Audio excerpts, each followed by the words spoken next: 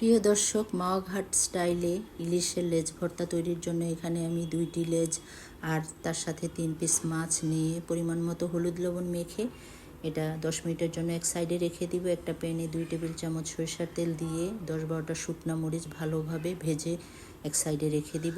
এখন একই তেলে আমি মাছগুলি দিয়ে দিব, দিয়ে তারপরে উল্টে পাল্টে ভালোভাবে ভেজে নিয়ে একটা প্লেটে রেখে দিব।